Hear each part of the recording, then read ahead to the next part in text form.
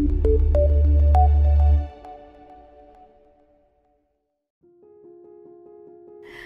rekan Ngulikers, pada era digital ini para pekerja bisa bekerja di tempat kerja termasuk di rumah dan di tempat umum.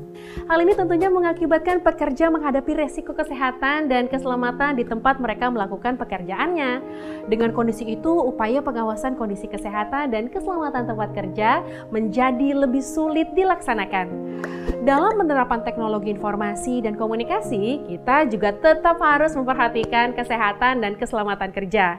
Sehingga peran teknologi dalam kehidupan manusia benar-benar menjadi sumber pemecahan masalah, bukan malah menjadi sumber masalah. Penerapan budaya K3 pada setiap kegiatan usaha guna mendukung perlindungan tenaga kerja di era digitalisasi yang merupakan tema bulan K3 tahun 2023 yang menjadi tantangan baru untuk para pemangku kepentingan terkait perlindungan K3, termasuk pengawas ketenaga kerjaan untuk berinovasi dalam menghadapi dinamika perubahan era digital.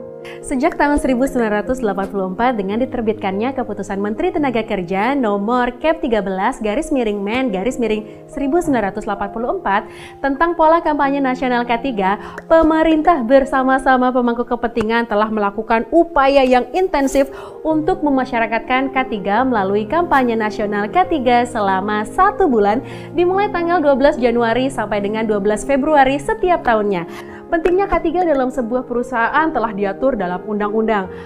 Sayangnya masih ada aja ya yang mengabaikan pentingnya K3.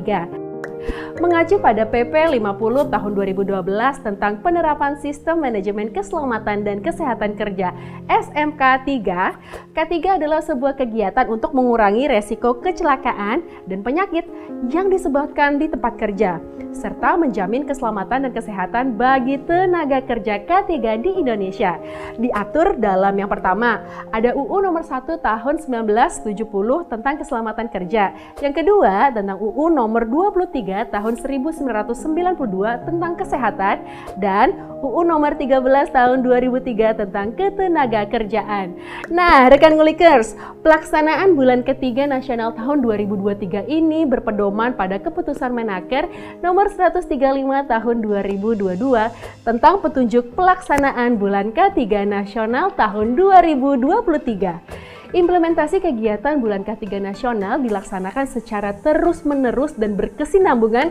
Setiap tahun, Kementerian Ketenagakerjaan memberikan apresiasi berupa penghargaan kepada gubernur yang telah berhasil membina usaha-usaha penerapan K3 di wilayah masing-masing.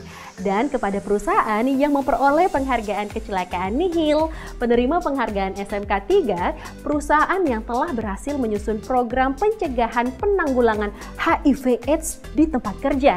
Penghargaan sertifikat penerapan SMK 3 tahun 2022.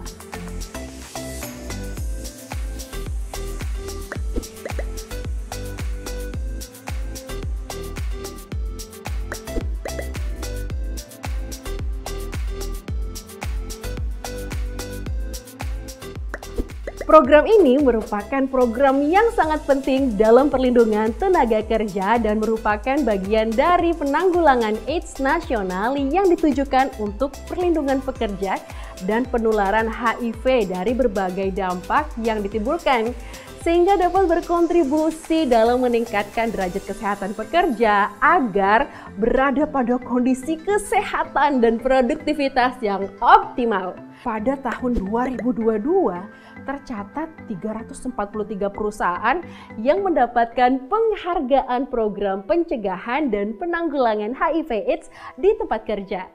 Penghargaan program pencegahan dan penanggulangan COVID-19 atau P2 COVID-19 di tempat kerja tahun 2022. Berdasarkan hasil penilaian ya, sebanyak 916 perusahaan yang dinyatakan layak mendapat penghargaan P2 COVID-19. Penghargaan untuk kepala daerah diberikan kepada 15 gubernur sebagai pembina K3 terbaik tahun 2023.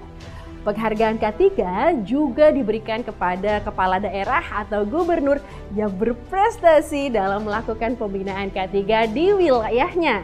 Sehingga perusahaan-perusahaan di wilayahnya banyak yang mendapatkan penghargaan K3. Filosofi dasar dari K3 adalah untuk menjamin keutuhan dan kesempurnaan pekerja dalam melakukan pekerjaannya melalui perlindungan K3. Dengan melakukan upaya-upaya pengendalian semua bentuk potensi bahaya yang ada di lingkungan tempat kerjanya, apabila semua potensi bahaya di tempat kerja telah dikendalikan sampai batas standar aman, maka terciptalah kondisi lingkungan kerja yang aman dan sehat, sehingga proses produksi dapat berjalan lancar yang pada akhirnya akan peningkatan produktivitas.